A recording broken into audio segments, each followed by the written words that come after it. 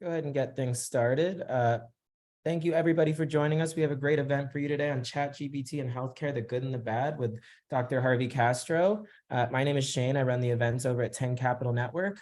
And just want to remind you, if you have any questions during the session, you can put them in our chat box, which I will be unlocking right now. And we'll get to those either during the session or at the end, depending on how things go. And with that, I'm going to go and pass it to our CEO, Hall Martin. Hall, go ahead and take it away. Great. Thanks, Shane. And I want to thank everybody for joining us today. Appreciate your joining this webinar about ChatGPT and healthcare. Both are hot topics, and when the two come together, it becomes an explosive topic. And with us today, we have Dr. Harvey Castro, who's written a book on ChatGPT and healthcare.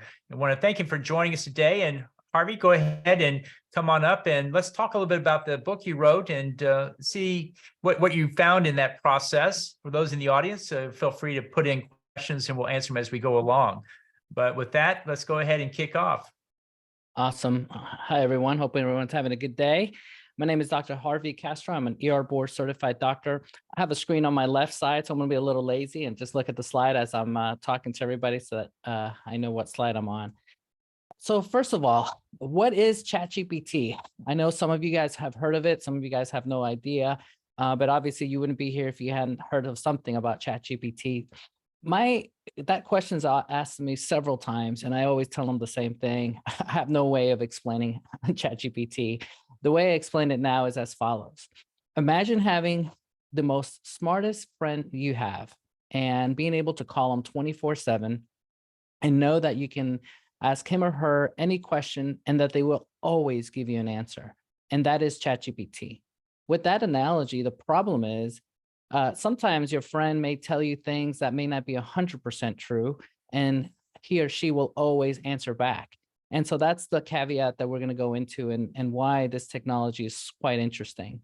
To give you a quick background, I'm an ER board certified doctor. I've practiced ER medicine for over 20 years. Over the years, I've been a serial entrepreneur, have over 30 different companies at one point. I've also had probably 35 iPhone apps as well. The reason I love ChatGPT is back in December, I was on ChatGPT, literally fell in love with the technology. And I thought, this is going to be the next great thing for doctors and patients as far as healthcare. And I took it to the next level. I literally, within a few weeks, wrote a book. And on January 3rd, had a book called ChatGPT and Healthcare because I was so excited. And so let me go over kind of how I see this. When I talk about ChatGPT and healthcare, I like looking at it as three different encounters. And I like looking at it from a doctor's point of view and a patient's point of view. And I usually divide this as follows. Before you see the patient is one encounter, while you see the patient is another, and then after you see the patient. And so how does ChatGPT kind of work with all of this? Well, you know, obviously in the news, we've heard that ChatGPT can supposedly pass all these tests. And I say supposedly because it's got a little asterisk next to it in that, let's say in law, it's able to pass a law exam. It's able to take all these advanced placement exams. It's able to take an MBA test and it's doing well. And in healthcare, I put a little star next to it because it's pseudo cheated. What people don't really realize is that the clinical vignettes that were entered into ChatGPT, anything that had a picture, that had to identify an X-ray or EKG, that was taken out. They don't really talk about that. Now, ChatGPT 4 is able to see that information, and supposedly it does better. And so technically, that one does have a higher grade. Now, with that said, we're going to go through it, but there's many applications coming in as far as ChatGPT. As of today or yesterday, Epic, as we all know, is a famous EMR that's being used in ChatGPT. They're working with Microsoft to be able to integrate that into the EMR. And then we have multiple plugins and APIs. And so I foresee in the next 6 to 12 months, we're just going to see a cascade of different healthcare applications. And so, like I mentioned, this is how I divide the talk. Now, this is actually I'll have about 10 books by the end of the week in this kind of arena, different healthcare things as far as ChatGPT, but this is the latest one that I wrote. And it's just basically how Bing Copilot, which is technically ChatGPT 4 and other large language models work in healthcare.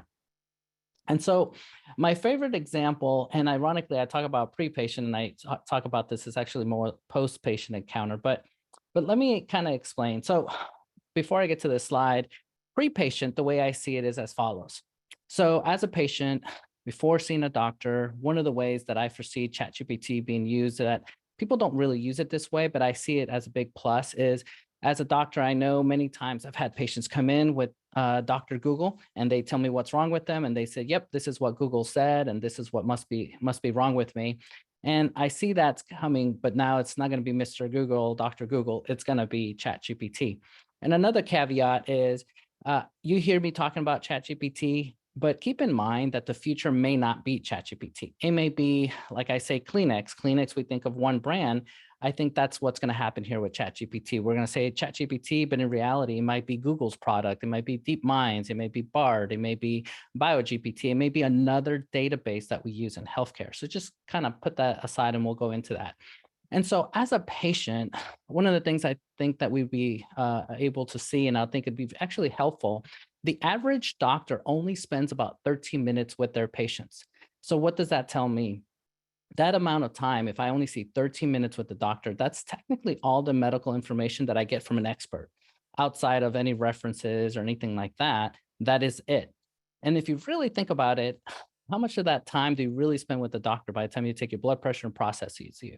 So my point is this, as a patient using this information, if I have diabetes, hypertension, high cholesterol, I can pre-formulate all these questions. And I know some of the doctors are going to cringe, but when I go in to see the doctor, now I'm prepared. Now I know what I need to ask, because half the time you go to see your doctor, you really don't even know what to ask or what to say.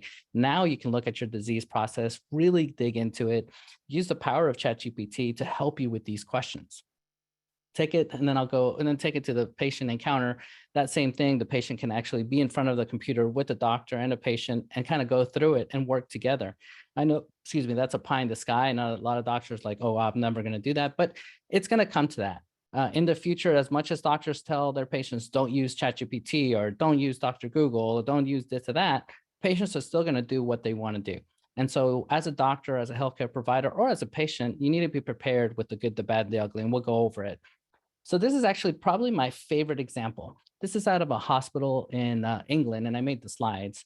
And by the way, I'm so into AI that I had AI generate all the images on the slide. So every single one was created by me texting and creating the image. And then the other is I'm using this company called Toomey, which in the future, Microsoft will have the same product for you. But basically, I typed in the topic and I gave it kind of where I wanted each slide, and it created the slides for me. Now, the pictures are from DALL-E 2. This software comes with DALL-E 1, which I hate the pictures, but this DALL-E 2 is branded by Bing. So here's the example. So I love this example. I know I've said it already, but I'm really excited about this cool example. So we have a child being discharged with asthma. And this happened in England. And what this hospital did, man, so brilliant of them. They basically took the adult discharge summary that they normally give to a kid saying, hey, this is what's wrong with you. And this is how you take your asthma meds. And they used the power of ChatGPT and said, okay, here are the instructions. They inserted into ChatGPT and said, give me the way you would talk to a 5-year-old. And so they converted the discharge instructions to a 5-year-old. But then they added DALL-E, they used DALL-E 1, but this is DALL-E 2, and they actually created a coloring book. And so this is my attempt to do the same thing. And then they bundled it and said here to the parents and say, here you go. The reason I love this example is because you're using the power of AI, you're customizing the information for the patient, you're customizing their medical condition and to the age, and you're talking to them in the language that they're supposed to talk to.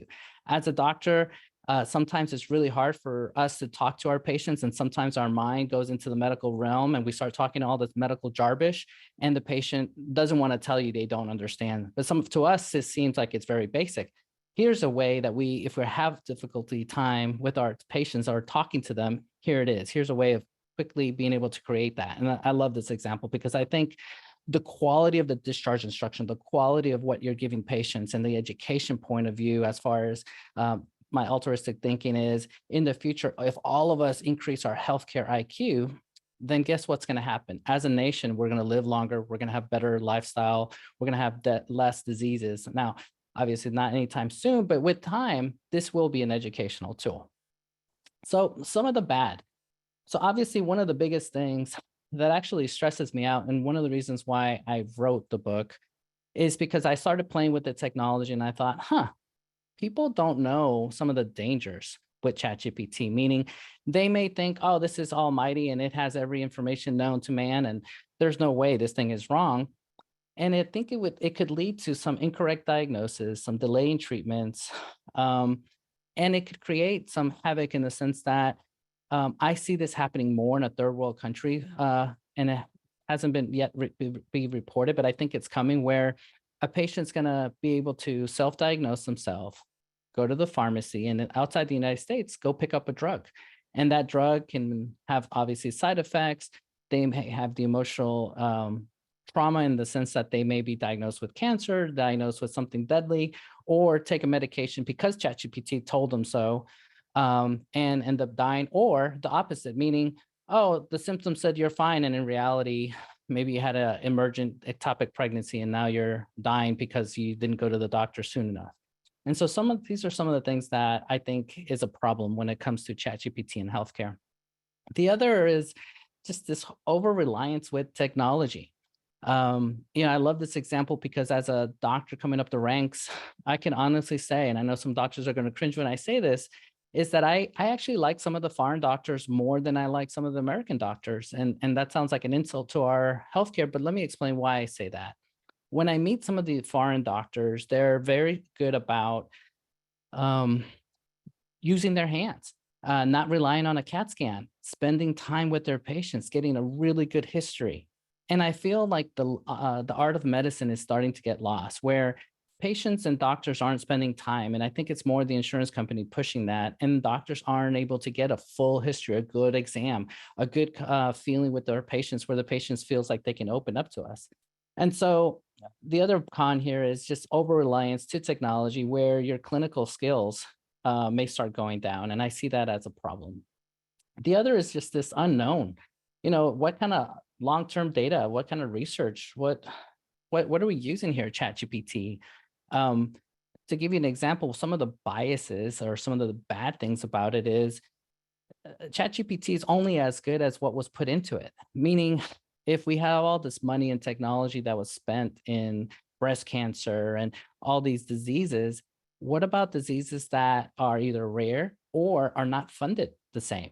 And so in theory, you can make the argument that maybe ChatGPT doesn't apply to someone out in West Africa. Maybe it applies to more people here in the United States. Taking it to another level, there's multiple studies showing that ChatGPT it's really created in English, and it's mainly does well in English, but in other languages, it doesn't do as well because of the language barrier, because of the translation. Some words get lost in translation, literally. And so here are things that you need to know as a doctor, because if you're over reliant into this information, thinking this is going to make the right diagnosis, or it's going to help you create the right treatment plan, it may neglect the latest technology. Another issue is the unknown, where as far as the database is as new as, I think it's the year June 2021. So if anything advances in medicine since then, it won't know it. Now, with that said, I talk about Bing Copilot because that has access to the internet and combines with ChatGPT. So back to some of the good. Again, some of this, obviously, people are going to say, well, you got to worry about HIPAA compliance and privacy, and you can't quite do that. And the answer is correct. With that said, let's play with this for a second. You can create personalized healthcare, personalized recommendations. Like I gave the example of the asthma, you could start customizing the diseases for patients. So my argument is a diabetic that's 18 is not the same diabetic that's 50 years old. Someone that's had the disease for 20, 30 years with diabetes is way different from someone that's had it just recently. And so you need to talk to them differently. You need to treat them differently. And so why shouldn't the discharge instruction and the customized plan be any different? And so one of the good advantages is, for one, Epic now, that's good news. I know people hate Epic and I'm not crazy about it, but the fact that they're using this technology, working with Microsoft / OpenAI to create products for our patients, I think that's going to open the door to do many things that we wouldn't be able to do before. And so they're going to probably fix a lot of the issues that we worry about with as far as HIPAA and privacy, and be able to overcome a lot of those obstacles where everybody behind them will be able to use that technology. And so let's talk about some of the bad. I'm a stickler whenever I see a patient. I don't like people calling me Harvey, not because I want the name doctor at all. It's more because of when I'm in the healthcare setting, when I'm seeing a patient, I want to be taken serious. That's why doctors wear the white coat. That's why they look impeccable or try to look impeccable, because of that whole feeling when you see a doctor. And I see this more with the older doctors, when they go into a room, there's that immediate respect. And believe it or not, I call it that power of human touch. When a patient is feeling like it's the worst thing in the world, and it might be the worst thing in the world, and a doctor comes in and tells them everything's going to be okay, that power cannot be emulated by any AI in the future. I don't care how amazing the robot looks or what it is, that power of human touch will never be there. And the empathy will never be there. And so those two things, lacking empathy and human touch, will never be there, in my opinion. And I never say never. I really hate to say it, but I really find that one's going to be a hard one to replicate. Obviously, another bad one is misinterpreting the AI. I feel like just like we get used to our I almost said Palm Pilots because that was the first one I ever used, but just like we get used to our mobile devices, we can get dependent on AI. And that's another worry that I feel like I said that earlier, but I feel like eventually we may get so dependent on AI that we're going to lose our gestalt, our clinical gestalt when we go in and see a patient. And I truly worry about that, because nothing replaces a human. I think in the end of the day, it's going to be the human and AI together, not separate, not one taking over the other. It's going to be the combined effort that's going to really create the clinical experience or create more. And so I've already talked about the unknown as far as physicians over relying on this AI. And then also, for example, health issues that human doctors may miss, leading to earlier diagnosis. This is a great example. I was talking to one of my colleagues and they were telling me about, I didn't know this exists. This is kind of cool. One of the things when we see patients is obviously we do a CAT scan if they're having a stroke, but we do a CAT scans of their carotids, or we do obviously a CAT scan of their head. I don't know the name of the company, but basically what they're doing, I think is amazing. They use AI. And if the radiologist is busy, obviously they got all these other CTs to read and they're supposed to read this quickly. The AI is actually looking at the CAT scan, looking at the images of your carotids, of your head, and it actually sends a text before the official read of the radiologist saying, hey, flag, this patient may have a stroke, or hey, this is what's going on. So that way it bumps the chart to the top. The radiologist is able to now read it quick, but simultaneously the ER doctor got a text saying, hey, your patient does have a stroke. As far as AI, let's have the doctor verify it, which I think amazing. I mean, this is a quick example of how using AI, obviously this is not ChatGPT, but AI in general will make a difference in our patient care. And so post-patient visitation and what we do with them, obviously we went into it, but just to elaborate a little more, just the power of ChatGPT, being able to customize these questions, being able to customize the education you want to give your patients. I get a lot of, I consult for different companies around the world. And one of them is like, hey, how can I start using ChatGPT like yesterday? And I say, well, start with your website, start with educating your patients, start with looking at what you have, and have obviously a doctor vet everything that you say. Because my other worry obviously is non-doctors are putting medical information out there for the world to use. I say, no, use ChatGPT, but allow the doctor to look at it and make sure that it's accurate, the whole hallucination effect issue. And so again, going back to the bad, obviously we talk about HIPAA outside the United States, it's called something else, but at the end of the day, it's all the same. It's just privacy. So as a society, we got to make sure that we're checking on ChatGPT, that we're looking to make sure that AI is not making any errors, that we're actually auditing and looking at the algorithms to make sure that AI is not misinterpreting data or leading us to the wrong treatment. One of the quick examples to kind of share with you is, as much as I try to listen to my nurse, but I try not to, because sometimes the nurse will say, oh, it's Miss Smith and she comes in with this every day and she's here again. And this is probably what she has. Don't even go see her here. Give me a script and let her out. That kind of bias is what I'm worried about AI. Eventually, I worry that we may get so used to this type of technology that we won't start thinking, we won't use our own mind to go through it. And it's a combination of the two.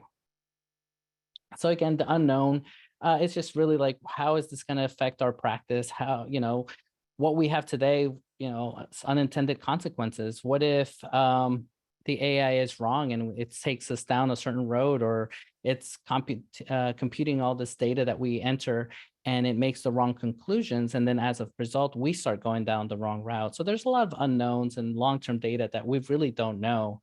Obviously this thing is moving fast. We started with ChatGPT 3.5. It hasn't even been 6 months, and now we're at ChatGPT 4. And based on my readings and understanding, yeah, there's a lot of talk about let's slow this thing down. But I think what's going on is the more you and I interact with it, the more doctors, patients play with it, we're actually feeding back into the database. So my point is this: today you may say, oh, it sucks, but guess what? If all of us are using it and asking it different questions, it moves so fast that maybe tomorrow the response is different. And then we'll go into how we can all kind of change the algorithm somewhat depending on our answers back into the system. So in general, the good, the bad, the ugly, I think in general, I think this will be a good tool. I think eventually it can help us decrease our costs in healthcare and increase our time with our patients. With that said, the devil advocate in me and ER doctor in me keeps telling me, well, I may have more time with my patients, but I think eventually the insurance company is going to figure it out and change the algorithm. So I have to see more patients. So that only goes that far.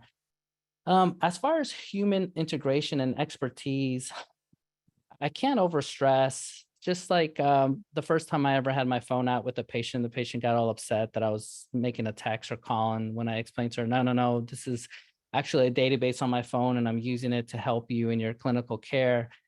It's the same thing with ChatGPT. I think there's a lot of resistance. A lot of people are against it. But I think with time, if we really understand the good, the bad, the hallucinations, the unknown, then I think we're going to start using this tool the way it should be used. I hear a lot of scholars say this about medicine and ChatGPT. We're using ChatGPT the way it shouldn't be used, and we're not using it the way it should be used. And I'll let you guys think about that as a patient's point of view, because I think that is true. And I guess the more we use it, the more we play with it, the better we'll become at it. Let me get to this next picture. So just some quick, just positives. I think, with this technology, I can tell you some firsthand experience as an ER doctor. One of the things I've seen multiple times is patients overdosing and unfortunately coming in with bottles and not knowing what's in the bottle.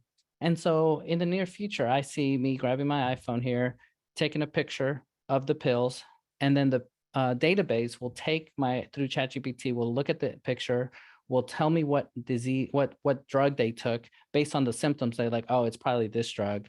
And then it will tell me, hey, this is the antidote. This is what you need to look out for. And simultaneously, it'll be connected to the pharmacy, and the pharmacy will know that I have patient X that overdosed on Y and send me the antidote. That process today takes forever. By the time I figure out what the drug was, by the time I wait online for poison control, by the time I speak to someone, by the time I talk to them, it's a whole ordeal that literally ChatGPT can take care of in seconds. Some of the negatives I've already kind of mentioned, where AI could be inaccurate, may lead to complications, may lead me down the wrong path. And these are things that we really do need to be careful that ChatGPT is not diagnosing. Again, I'm not saying that this is ever supposed to replace a human. This is only supposed to augment our healthcare. And so what is the future developments as far as ChatGPT in healthcare? Obviously, I mentioned Epic is a big one. I'd see a lot of ChatGPT plugins and APIs being used. I really think it's just a matter of time. And I say time, literally like weeks to months. I would not be surprised if now that Epic came out saying we're doing this, that other EMRs are going to jump out and say, no, we already have that. And then the race starts. I always, on my LinkedIn, I always talk about the AI wars, where it's Google against Microsoft, and literally they're going at it and they're trying to figure out who can take up more of the market share. And so I wanted to purposely leave questions for the end so we can just kind of talk and take advantage of people I'm sure have questions, and I'd love to answer. Just as an aside, this is just me as an entrepreneur. I'm starting my own company called Convo with GPT, and the skinny is it's just using ChatGPT via text, and you can text ChatGPT, and we're working out products like that. And we're literally launching next week. So thank you for your time, and I'm ready to answer any questions. Great. Great, Harvey. Thank you for that great rundown. This is an exciting topic, and it sounds like you're on top of it in every which way. As you use ChatGPT, it has this prompt mode to it. What was that like to use that? Was it more like an assistant, or was it a trial and error process? It's kind of more of a trial and error. What's really fascinating with the prompt issue is that as a doctor, I think like a doctor and I use it as a doctor, but um, and that's one of the reasons why I get a different output versus some patients saying, well, I did the same thing and I didn't get what you got. It's just because as a doctor, I'm trained a certain way. I use certain buzzwords. I talk to it a certain way. To take it to the next level, I literally read an article this morning about an ER doctor complaining about how ChatGPT wasn't ready for healthcare. And I agree. But my point is, when he was in the emergency room seeing patients, how much time did he really take to talk to ChatGPT? I mean, if someone's dying in front of you, are you really going to spend time on a computer and say, oh yeah, the computer got it wrong? No. And so my point is this, some of the biases is that prompt. And I think if you learn how to do prompts, you're going to do better. And in fact, my ADHD brain kicked in a little. There's a whole field now on prompt engineering. There's companies out there that are looking for people to create better prompts. Great. Well, in your book, you talk about many different applications. Where do you think we'll see it be most successful first in all of those different places like reimbursement, customer service, et cetera? I think the simplest is going to be on the discharge summary side, just creating better content, better preventive medicine. I see this more as a niche market. So if I'm a diabetic doctor, I see the diabetic doctors spending more time on these are the different disease states, and this is how we take care of it, and beefing up their discharge instructions. I think that's going to happen overnight. As far as the billing, I'm already seeing some amazing samples where as the doctor's talking, they're summarizing everything and making summaries for the discharge summary so that they can bill it. And it's already coding for the doctor, which I think it's great for the independent doctors that are trying to survive and beat the bigger hospital systems. Great. And, what was the biggest challenge in using ChatGPT so far? I know it's early days and it'll get better, but what did you find to be the challenge so far? Honestly, it's the unknown. It's kind of scary when you ask ChatGPT to give you a reference and it gives you a reference, but in reality, it's not even a reference. It doesn't exist. I know I would ask ChatGPT as I was writing my book, I'm like, hey, I need some good blogs or I need some more resources, and it would give it to me. And then I would look for it on the web and it didn't exist. It literally made up the resource, literally made up the information. And that's kind of scary. I know there was a big TikTok from one of the rheumatologist doctors back in December, January that went viral. That basically he used ChatGPT to argue with the with the insurance company for a patient's procedure, but he himself sent a second TikTok, and it basically was saying my references on my first one were totally off. Like the doctor didn't match the article, and the article didn't match the doctor, and it didn't even match what I was fighting for. And I thought, how embarrassing. You talk about how amazing, and then later you got to do another one saying, nope, wrong one, sorry. So that's a big one that we need to know about these kind of things, and always check our references with it. Well, I've seen some ChatGPT tools come in, and again, it's early days, but they claim the accuracy rate was 40%. For healthcare, what accuracy rate are we going to get to that will make people comfortable with it? That's a hard question. From a philosophical point of view, you could say anything above the doctor average. So if the doctor's averaging 80%, then anything above that, I think patients would like. But actually, with this type of technology, I think it would have to be as close as possible to 100% for patients to really say, okay, I got it. And I personally don't think this information is supposed to be used that way. Let me give you a quick example. If I'm an ER doctor, I have no business correcting pediatric surgery patients' information. Like, I'm not a pediatric surgeon. And so with that statement, I can only vet or give my thumbs up on patient stuff that comes out of ChatGPT that's related to ER, because I'm not in the field of something else. And so my point is this, it does a lot of hallucinations. And unless you know that field well, you really shouldn't be giving the blessings in that information. I don't know. That's just like my pet peeve. Great. We have some comments and questions in the chat box, so let's go through those. I thought ChatGPT would be more a tool rather than a solution. Like Epic, new technology will offer diagnostics utilizing. What's your take on tool versus solutions here? I think it'll be a tool, but that tool will quickly become a solution. I'm already hearing, back in the day, be like, oh, Google it. I'm already hearing people be like, oh, let's just ChatGPT it real quick and see what it says. And I think the same will hold true with Epic. They're going to have a problem. They're going to say, I wonder if ChatGPT can address it. And then not that it will address it 100%, but I really do think they're going to customize it. They're going to optimize the prompt. Here's the thing that we really don't talk about much is you and I can change the algorithm. If there's truly a problem with ChatGPT and they integrate it to Epic, and let's just say I'm going to pick out something, it's something to do with emergency room and it always misses ectopic pregnancies. The fact that all the ER doctors put that into ChatGPT, it'll actually fix itself. And then literally tomorrow may not be an issue. Great. Next question is, as a physician, how should we expect ChatGPT to affect our use and interface with Epic? I'm hoping, I say this loudly, I'm hoping that it creates it where we don't have to type anymore. I've seen already some other companies that you literally walk in and it's transcribing your conversation. That's one AI. And then the second AI is actually taking that information and representing it to you as in a visual form. So that way I can say, okay, this person said tire, lethargy, said it different ways. And here's a bubble graph. And so it shows me how many times they said it. And then I can look at it at the end and say, they have this disease. The other part of it is how I could see it helping is if I don't have to type and it's typing it all up, then in theory, I can do my whole physical exam. And I know some doctors will cringe at this and patients, but there could be a camera that's saying, oh yeah, he did a belly exam. Oh yeah, he listened to the lungs. From a medical legal point of view, it can actually verify that these things have been done. And then as far as the documentation, this is the next level. And this is where FDA will get into this and won't allow it. But the minute it starts diagnosing or giving prompts, then it becomes a medical tool. And then at that point, it has to get through FDA approval. But my point is this, I don't see it far from the Epic telling us, okay, here's what the computer thinks, here's a probability of these diseases, and this is the path we think you should go, which is leading the doctor, and it could lead to malpractice, but I think it also could save people. It could go both ways. Great. Next question is, how can ChatGPT be HIPAA compliant? That's a hard one. I think it's mostly with the part of the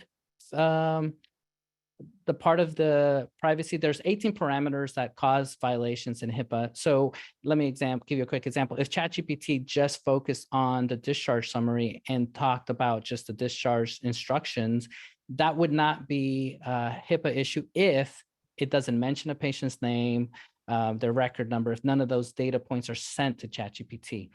I've been thinking about this problem, and another one would be if you could create an interface that scrubbed the data. So if every time it said Miss Smith or any of the HIPAA violators, things that could cause me to go into HIPAA violation, could scrub it and give a different name or character so that when it got transcribed and sent to ChatGPT servers and got back to me, it would be an intermediary where it would encrypt it, it would put another word, and then they would never see Mrs. Jones' name or phone number. And so that's one way that it would become HIPAA compliant. But there's many companies already working on this. Great. Next one is, too many US MDs gaslight patients with neurological illnesses like long COVID and related illnesses like ME, dysautonomia. Suspect improvements in GPTs or similar could help many patients hopefully soon. What's your take on that? If you look at the data, ChatGPT 3.5 verse 4, it's already showing an improvement. There's less hallucination in that effect. In fact, once you add the imaging and then soon they're going to start adding video to this, it's game over. A lot of these neurological diseases, they'll be able to diagnose or help you diagnose. My point is this, I think it'll be better than Dr. Google. And fast forward 3-5 years from now, I would not be surprised if it got to the point where it really could diagnose, but it still needs the doctor to give its blessings. Great. Next comment is, if real-time monitors, including Fitbit, iWatch, or could be tracked by ChatGPT or better programs, might that catch many illnesses much earlier for better diagnoses, faster treatments? Professor Mike Snyder at Stanford and others are studying many wearables for DX, not just one type of ChatGPT. That's the future right there. You hit it. I don't see this as the solution end all. I actually think the next generation is exactly what you said. It's going to be a combination of our wearables, our phones, talking to each other in conjunction with ChatGPT or GPT equivalent that I talk about. I think that is the future. We talk about the iPhone, how it catches all these people early in AFib, and you can talk on both sides. It's catching people that really didn't have an issue that ended up in the ER, but then you can make the argument, well, those people are fine. Thank God they have a bill, unfortunately, but it saved a bunch of people from strokes. It saved some lives. So I think that is going to be the future, and I'm excited for it. I'm glad I'm still semi young enough to see a lot of these things come to fruition. Right. Next one is, how would the plaintiff's bar approach a ChatGPT misdiagnosis? I'm sorry, I was reading one of the things. Say it again. How would the plaintiff's bar approach a ChatGPT misdiagnosis if somebody's in a lawsuit, for example, for medical malpractice? Yeah, I spent a lot of time thinking about that one. Here's my 2 cents. At the end of the day, no matter what, and doctors are going to hate when I say this, it's all about the doctor. It's going to boil to the doctor. If ChatGPT makes a mistake, it's the responsible party is the doctor. Now, fast forward when the standard of care becomes ChatGPT, when this is accepted as the gold standard, now it's not the doctor. Now you can actually sue OpenAI or sue the company that provided that information. So in that case, it could be Epic. But as of today and in the near future, it will be the doctor, and that's how they're going to attack it. And then one more thing I want to add, I'm going to play devil's advocate on this one. And we have this debate with some of my colleagues. We think that their first lawsuit is not going to be suing ChatGPT, but it's going to be suing for not using AI, not ChatGPT. For example, some companies out there are giving great AI solutions as for hospital systems, and we think some plaintiff out there is going to say, wait, you didn't use this software. That is technically the standard care. Had you not used this, you would have saved the life. And we think that's going to be the first lawsuit in this type of a technology. Great. And next question is, what about ChatGPT as the digital front door that screens and escalates as needed? You know, I think that day is coming, and I'm kind of excited to see that Epic is already working on this, because the big problem with what you just asked is HIPAA. I mean, if you're digging into patients' information and violating and looking and processing, if you could figure out a way of doing that without violating the patient's privacy, then technically, I mean, when I at one point worked at Parkland, and they were talking about creating kiosks where you would enter your symptoms and it would kind of self-triage. At the same time, I don't see this technology being far from that. Great. Next one is a comment. Please make the recording available, as I would love to watch it again. It would also be great to get a link to your publications. Where do they find more information about you? We will make the recording available to all the attendees and registrants. Awesome. Yeah, I'm on Amazon.com. So literally all you got to do is just type in Harvey Castro, and I'll drop a link today while Vicky talks about it. And then, yeah, I have a ton of books. I literally have 10, and it's kind of embarrassing, but I'm so addicted to this technology and creating different verticals in it that I can't stop but writing. Great. And my last question is, what surprised you most about ChatGPT? Was there one thing that really jumped out at you when you saw it? You know, honestly, I was kind of shocked. The following example, I'm a pre-diabetic, and so for kicks, I was like typing, hey, I need the following diet, but I hate, I'm going to make something up. I hate eggs. Give me a diet. And it literally gave me the diet. And then I said, okay, let me get a grocery list. So when I go to the grocery store, I can make these things. And it gave me a grocery list. And that just blew my mind. I'm like, holy cow, this is unreal. Well, great. And one last question that popped up, and then we'll move to our presentation today. The data intensity of genome, epigenome, proteome, metabolome, biome diet is getting far beyond what the best MD in the world can comprehend. Thus, we need AI ML tools to go to the next level, even beyond ChatGPT. What's your take on managing all of that data? I agree with that. I think we're not far from the day that this is just too much. I mean, the average doctor can't even keep up with all the stuff that we're supposed to learn. And that's why we're specializing in different medical conditions. So my point is, yes, we are going to have to merge all these different technologies into one and create customized medicine, that everything you just mentioned, into a database. And sadly enough, it's not that hard to make. A lot of these databases exist. It's just a matter of putting them all together. And that even is not that hard. Great. Well, I want to thank you, Harvey, for your presentation today. And with that, I'd like to go ahead and move over and introduce Vicki Farrar of Lightline. Would love to have her talk more about the medical device she has there as well. And Harvey, you can stay on and ask a few questions as well. Yeah, I need to figure out how to unshare unless you guys can do it on your end. I can't find the button. Let's see. Oh, there it is. It's over on the screen. Sorry. There you go. Cool. Sorry. Gotcha. Okay. Thanks, Harvey. Vicki, thank you for joining us today. Looking forward to your presentation about Lightline Medical, bringing light to catheter disinfection. With that, let's go ahead and kick off. Okay, thank you for having me. Question for everybody here. Are you afraid to go to the hospital? You should be. Hospital-acquired infections are a huge international problem. In the US alone, they cost $50 billion annually and 100,000 deaths. Most of these events are never events. They should never happen, and therefore they're never going to be reimbursed.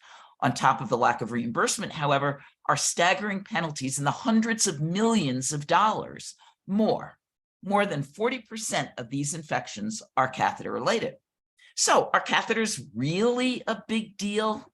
Yes. I like this quote. They're one of the best medical miracles of the century. Infections, though, limit their use and therefore limit the care. Why can't the world fix the problem? Here's why.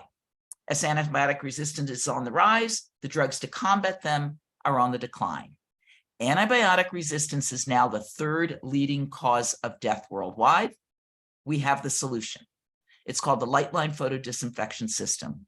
We're using visible light, that's light that the human eye can see. Significantly, it's not UV light. UV light degrades catheter materials and is toxic to human tissue. Here's our technology. On the left, a reusable light engine attached to an off-the-shelf catheter. Inside the catheter is a fiber optic that we etch, and where it's etched, it's going to emit light inside and outside the catheter, disinfecting it and thereby preventing infections.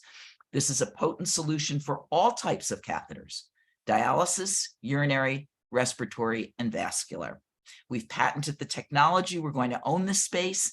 And with light, there is no antibiotic resistance issue. The device works. We have successfully killed the microorganisms that cause these infections and exceeded FDA's 99.99% kill rate required for an antimicrobial claim. First, we're putting the technology in a peritoneal dialysis catheter for several reasons.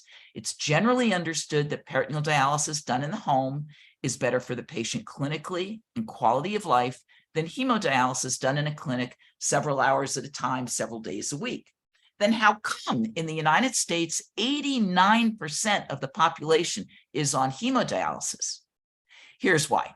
Scared to death of getting an infection, and we can fix that.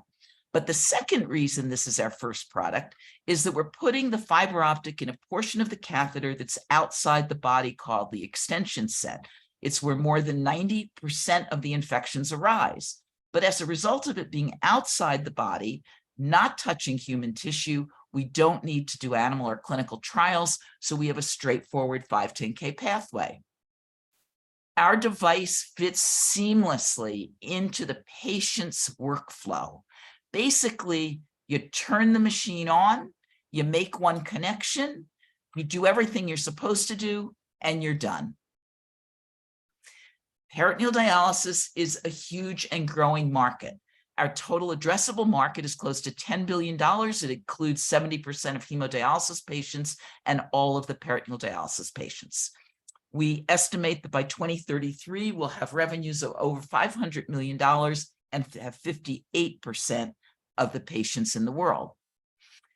Next is the Holy Grail. We put our technology in a Foley or urinary catheter to prevent catheter-associated urinary tract infections. These are the most common infection in the world. There is no solution. This too is a 510(k), but it's a de novo 510(k). We need animal and clinical trials to get FDA clearance, and that's why it's product number 2 and not number 1.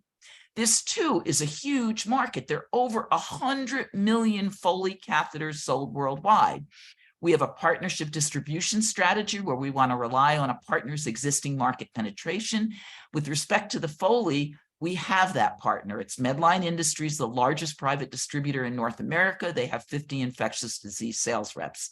Total addressable market is approximately $5 billion, and we estimate that by 2033, our share of the market will be over $400 million, or 25% of the market. We also estimate that 10 years post-launch, we will exceed $1.7 billion in revenue, and that would include all 4 of our fields of use. But here's how we make money. For peritoneal dialysis, we have a razor blade model. We give away the light engine for free, and we charge for the disposable fiber optic, which is replaced once a week, $70. That's an 80% gross profit margin. For all other indications, we charge for the capital equipment, that light engine, plus the fiber optic. Competition. Only light does it all.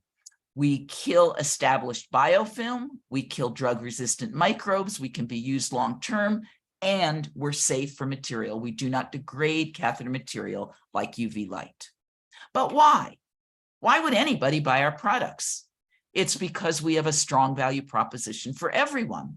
Patient doesn't get an infection, caregiver doesn't treat one, hospitals aren't penalized by them, and the insurance company isn't paying for them. How do we know we can get the products on the market? We've all done it before. I have deep intellectual property experience and sold my last infection control company, Catheter Connections, to Merit Medical. Merit put $1 million in Lightline. Bob Hitchcock, our chief technology officer, was my co-founder at Catheter Connections. He's been putting products on the market for decades. Kristen Taylor, our CFO, has been in the business for 30 plus years. And Kelly Powers, recently retired from CR Bard and Bard Access. He has put over 100 medical devices on the market with revenues exceeding $15 billion. Here's where we are. We're raising a Series A of $6 million, preferred equity, of which 1.7 million remains. We have a pre-money valuation of 18 million. Price per share is 69 cents and 8% warrants. We're using all of the money in Series A to get our 510K for our first product. We will then raise a Series B of $10 million. There will be an increase in valuation, probably from at least $18 million to $45 million, and that will be the inflection point. For Series B, we will use that to commercialize peritoneal dialysis and develop and launch the urinary product. Why do we believe we will be successful? Here's why. The technology works. Our data is conclusive. We've done many, many in vitro studies. We've done 2 in vivo studies or animal studies. We have working prototypes now that are going to be used for all of our FDA work that's required. We have peer-reviewed publications. You can do a Google search and you can see or an AI search, you can see right away about all the visible light efficacy. We have a huge patent portfolio, 30 issued patents, 19 pending, and written freedom to operate opinions. But it's not the number of patents that's so important. First of all, you can't patent visible light, and we haven't. What we've patented is the method of delivery. We're the only ones that have figured out how to deliver this via a catheter. But what's so important about the number of patents is this. It's that multiple examiners all over the world have found our technology novel. I mentioned our partnership with Medline. We also have one with Mayo Clinic. Mayo, I'm going to talk about in a minute. We also have received lots of grants and awards, and you can see what we've received to date with notable investors noted. Now, with respect to Mayo, I want to talk about it because it's so important. We have licensed their technology in 4 fields of use, and we are using them to help us finalize our product so that it's right for the peritoneal dialysis patient. We have access not only to their know-how, but their nephrologists, patients, nurses, simulation center, and clinical trial sites, and we've secured funding from them as well. They also negotiate a best price, and here's what that means. It means that they will be an early adopter and a catalyst for us in getting other early adopters to buy our technology. Here's a snapshot of where we are. As I mentioned, all of Series A is being used to get our first 510K. There will then be an increase in valuation. We'll launch the PD product, then Foley, then endotracheal.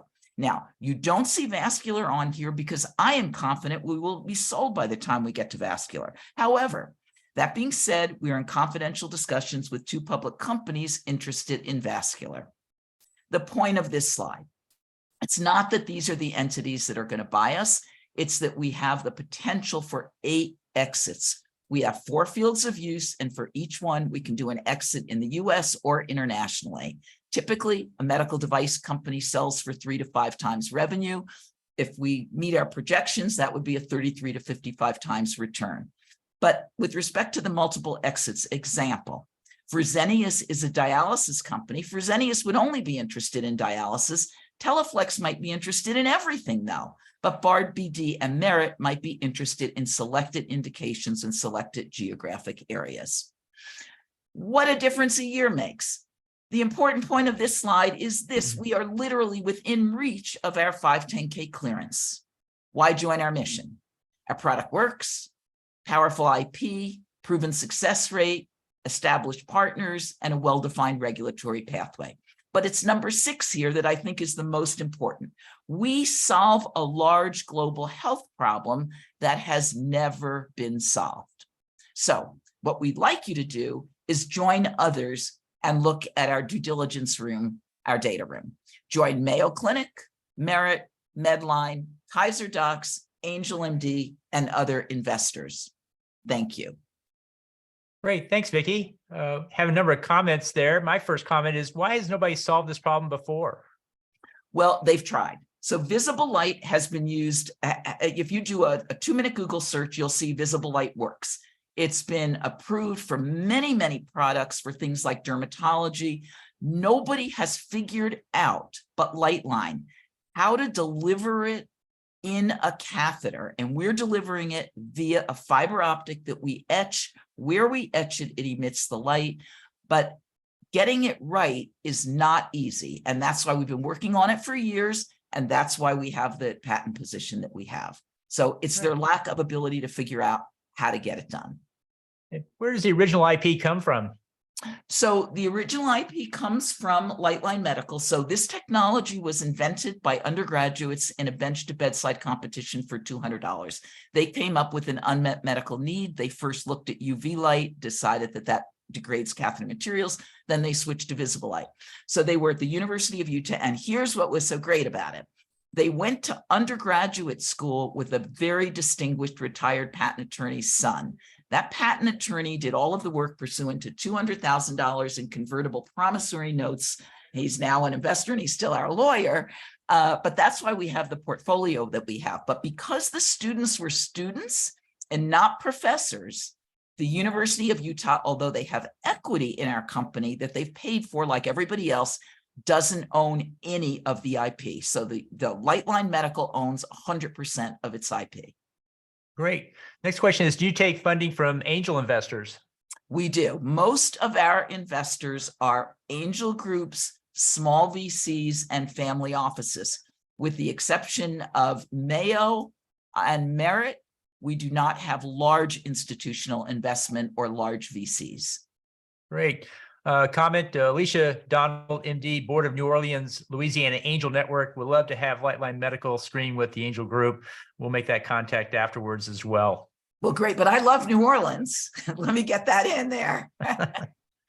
That's great. Any final words you have to say at this point about the deal, Vicki? I think what's most important right now is that we are so close to FDA clearance that the technology is de-risked. Okay, and I think that's an important message. Great. And at this point, I'd like to move over and have Harvey talk about why he invested in Lightline. Honestly, as an ER doctor, I've done my share of changing Foleys and all sorts of stuff with patients, and unfortunately seeing patients as far as nosocomial diseases, and I know how bad infections can get. And I remember my residency years of and medical school years of going through surgery patients and seeing everyone on Foley. So when I first saw the technology, I thought, what an interesting idea. I don't think Vicki knows this, but back in the day when the first iPhone came out, I actually tried to create the first app that was going to be a light from your phone to disinfect. And then I was trying to use it for different things and Apple wouldn't allow me. Now they're allowing stuff like that, but back then didn't. But my point is, I saw the efficacy in it and I thought, man, I can't believe more companies are not jumping on this technology. And so as an investor, I'm a firm believer, and that's why I invested. And in fact, if my wife wouldn't kill me, I would literally sell my car and buy more shares. Well, that's great. That's great. Appreciate your input on that as well. And I'm sure there's many doctors out there that would also be interested in joining as well. How many physicians do you have on your cap table there, Vicki? Oh, I would say probably 20. We most recently closed a deal with Angel MD. And so those are all doctors that invested, but we also have doctors from Orlando Health, Kaiser, and other places. That's great. Well, if there's no more questions from the audience, we will share the information today in the recording and the slides. Appreciate you guys joining us in the audience. I want to thank Harvey for his great presentation on ChatGPT and healthcare. It's eye-opening what the technology can do, and great to have your vision and expertise on how to manipulate that and manage that system as well. And then Vicki, thank you for your presentation on Lightline. It's great to see the new technologies coming out and we can all be a part of. And with that, we'll go ahead and close it out for today. Looking forward to seeing you guys also. Also on the chat box, Tom Vogelson is also an investor. Thanks for joining us, Tom. Appreciate that. And we'll go ahead and wrap it up for today and hope to see you guys again soon. Thank you. Thank you. Bye-bye.